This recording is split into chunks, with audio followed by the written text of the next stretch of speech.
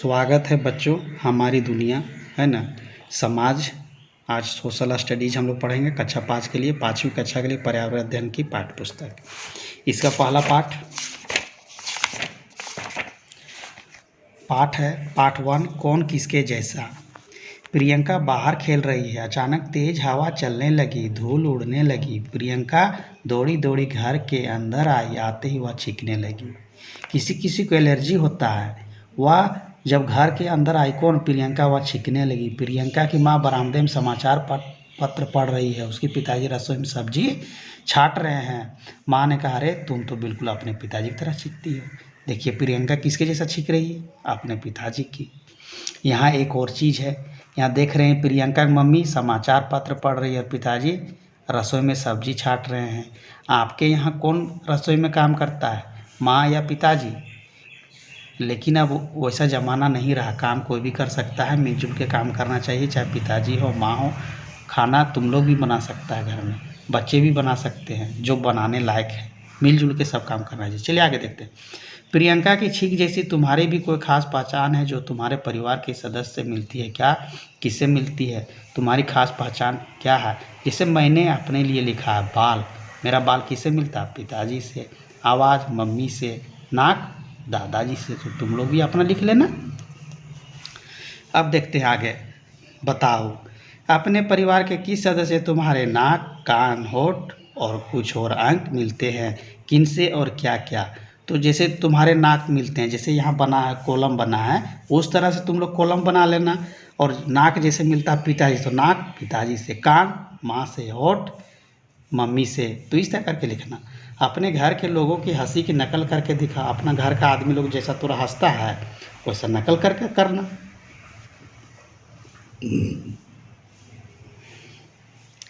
जब लोग तुम्हारी तुलना तुम्हारे परिवार के सदस्य करते तो तुम्हें कैसा लगता है?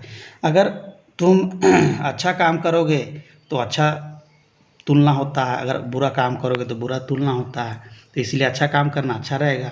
सुमी की नानी के बेटे का नाम सोमरा है। सोमरा की बेटी सीनी है। सोमरा का प्यारा सा एक बेटा भी है जिसका नाम मनीष है। आगे पढ़ते हैं। सुमी मनीष के साथ खेलने लगी। माँ ने कहा, सीनी देखो, सुमी के बाल बिल्कुल तुम्हारे बालों जैसे काले, घुंघराले और घने हैं। अच्छा हुआ कि मेरे बालों की तरह सीधे, भूरे और बेजान नहीं हैं। सुमी की नानी हंसकर बोली, हाँ है ना अजीब बात, हम बहनों के घने घुंघराले बाल थे, अब वैसे ही हमारी दूसरी पीढ़ी के बच्चों के बाल हैं। सुमी ने इन बातों को सुनकर सोचा, हम सब किसी न किसी प्रकार आपस में जुड़े हुए हैं। सुमी की नानी बोल रही है किसको? अपनी नतनी को। कि अपनी बेटी से बोल रही है नतनी के विषय में कि देखो हमारा दूसरी पीढ़ी जो है, बच्चा का बाल कैसा है? घुंघराला है। और हाँ, उसकी नानी के लोग जितना बहन थी सबका बाल कैसा था? घुंघराला। सुमी की इन बातों को सुनकर सोचा, हम सब किसी न किसी प्रकार आपस में जुड़े हुए हैं। सुमी की नानी से लेकर मनीष तक के नामों की सूची अपनी कॉपी में बनाओ। सुमी का किससे क्या रिश्ता है लिखो। तुम्हारे नानी के बेटे से तुम्हारा क्या रिश्ता है? नानी का बेटा क्या होगा? मामा। तुम्हारा अपनी नानी की बेटे, नानी के बेटे मतलब कौन? मामा। और मामा की बेटी क्या लगेगी? बहन। तुम अपनी नानी के बेटे की बेटी यानी बहन, और बहन का बेटा क्या लगेगा? भांजा, भैगना। तुम अपनी चचेरी बहन में मेरा भाई की कोई पहचान देखो, जैसे आंखों का रंग, कद, नाक, आवाज़। बताओ कि यह तुम्हारी माँ के परिवार से आई है या पिता की तरफ से। दी गई तालिका अपनी कॉपी में अन्य उदाहरण लिखो। एक उदाहरण नीचे दिया गया है। सुमी की खास पहचान घुंघराले बाल किससे मिलती है? उसकी नानी से। ये गुण कहाँ से आया? माँ के तरफ से। पिता की तरफ से होता तो इसमें टिक कर देते हैं। वैसे ही तुम लोग अपना बना लेना। क्या तुमने आसपास के परिवार में छोटे बच्चों को देखा है? बच्चे की आंखें, नाक, रंग, बाल, उंगलियां उसके परिवार के वालों में से किससे मिलती जुलती है? उनके नाम लिखो। तुम्हारा घर में भी छोटा बच्चा होगा, उसको देखना कि आँख, नाक, रंग, बाल, उंगली किससे मिलता है। तुम्हारे बाल कैसे? अपना बाल देखना कि जैसे मेरा बाल मेरा पापा से मिलता है, हो सकता है तुम्हारा बाल मम्मी से मिलता होगा या नाना नानी से। तुम्हारे बाल अपने परिवार के किस सदस्य से मिलते हैं? तुम्हारे परिवार में सबसे लंबे बाल किसके हैं? लंबे बाल तो हमेशा लेडीज़ का होता है। लेकिन कहीं कहीं जेंट्स लोग भी रखता है। अपने घर की ऊंचाई नापो और तालिका को भरो।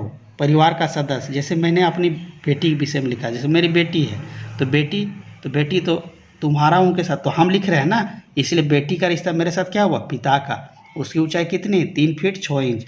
टेप जो मिस्त्री लोग यूज करता है उस टेप से नापने से पता चलेगा। क्या कमला आईने के सामने खड़ी है? जी नहीं, उसके सामने आईना नहीं है, उसकी जुड़वा है। क्या हुआ, चौंक गए? जब कभी वे दोनों मिलती हैं तो उनके मामा भी चौंक जाते हैं। यानी ये दोनों बहन क्या है, जुड़वा है। कभी कमला को डांट पड़ जाती है जबकि पढ़नी चाहिए थी बिमला को। कभी बिमला खुद अपने मामा से कहती है बिमला बाहर गई, आजकल उनके मामा समझ जाते, कहते तो मुंडारी में गाकर सुना रही है। क्या तरीका है उसके बारे में आगे पढ़ोगे तो समझ जाओगे। दोनों बहनें 2 हफ्ते की थी जब कमला की चाची ने कमला को गोद ले लिया और उसके साथ खुट्टी ले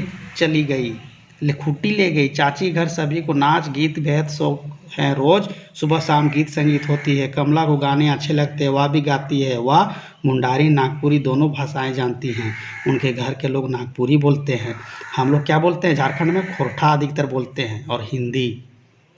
बिमला पाकुड़ अपने पिताजी के साथ रहती है। दोनों बहन एक जैसी है, फिर भी उनकी पहचान काफ़ी अलग है। अब तुम समझ गए होगे उनके मामा ने उनकी पहचान का तरीका कैसे ढूंढा। हम लोग यहाँ झारखंड में बहुत सारी भाषा है। मुंडारी कुछ लोग बोलता है, नागपुरी कुछ लोग, खोरठा कुछ लोग, हिंदी कुछ लोग, उर्दू भी हल्का फुल्का बोलता है। कमला और बिमला में कौन से गुण मिलते जुलते हैं, कौन से अलग हैं? तुम किसकी जुड़वा को जानते हो, उनसे क्या जैसा और क्या अलग है? क्या तुम किसी ऐसे जुड़वा को जानते हो जो एक जैसे नहीं दिखते?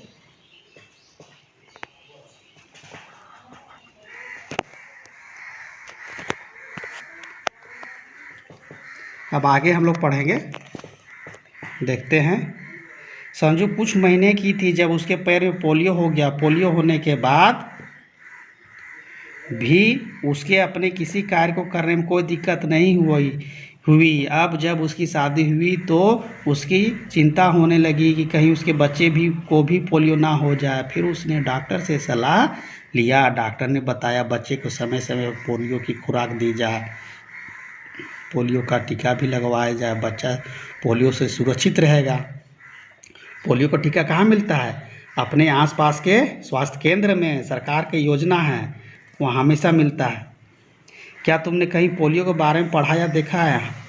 देखा है तो टीवी पर या पेपर में। क्या तुमने पोलियो की दवाई पिलाने के बारे में कोई खबर पढ़ी है? हाँ, मैंने पढ़ी है। कहाँ? अखबार में। क्या तुमने किसी ऐसे व्यक्ति को जानते हो जिसे पोलियो है? हो सकता है पोलियो किसी का होगा गांव में, तो उसको देखना। पोलियो की दवाई जन्म के बाद ही दिया जाता है, यह बताने के लिए एक पोस्टर बनाओ और स्लोगन लिखो। परिवार और वातावरण की देन। शबनम दूर से ही जान जाती है कि उसके नाना आ रहे हैं। उनके ठहाके आवाज़ सुनकर नाना जोर से बोलते हैं, ऊंचा भी सुनने लगे हैं। अब आगे पढ़ते हैं। बताओ तुम्हारे घर में कोई ज़ोर ज़ोर से बातें करने वाला है? क्या उनकी ऐसी आदत ही है वे ऊंचा भी सुनते हैं? कुछ लोग सुनने के लिए कान में मशीन लगाते हैं, कुछ लोग छड़ी या चश्मे की मदद लेते हैं। क्या तुमने ऐसे किसी व्यक्ति को जानते हो? किसी ऐसी व्यक्ति की बात करो जो ऊंचा सुनता हो। ऊंचा माने क्या? जिसको हम लोग बहरा भी बोलते हैं, अंग्रेजी में डीफ। पता करो क्या वह व्यक्ति बचपन से ही ऊंचा सुनता है? वह कब से ऊंचा सुनने लगा? उसे क्या क्या कठिनाइयाँ आती हैं? शिक्षक के लिए, ये शिक्षक के लिए है, ये आप लोगों के लिए नहीं है। हमने सीखा। हमारी कुछ शारीरिक पहचान गुण हमें अपने परिवार से मिलते हैं। कई हुनर और कई बातें हम अपने माहौल से ग्रहण करते हैं। बीमारी के कारण शारीरिक बदलाव आ सकता है। ज़्यादा उम्र होने पर शारीरिक बदलाव आते हैं, कमज़ोर होता है आदमी। पोलियो बीमारी परिवार के लोगों से नहीं आती है, या अगर पोलियो खुराक नहीं लेगा समय पर तो क्या होता है कि लोग हैं और भी जो है सो मतलब कि कमज़ोर हो जाता है। तो बच्चों, आज हमने पाठ 1 को पढ़ा समाज में, और इसी तरह से घर में पुस्तक को पढ़ना और उसमें प्रश्न उत्तर लिखने की कोशिश करना। अगले वीडियो में जो है सो हम बताएंगे कि पाठ का प्रश्न और उत्तर कैसे होगा। धन्यवाद।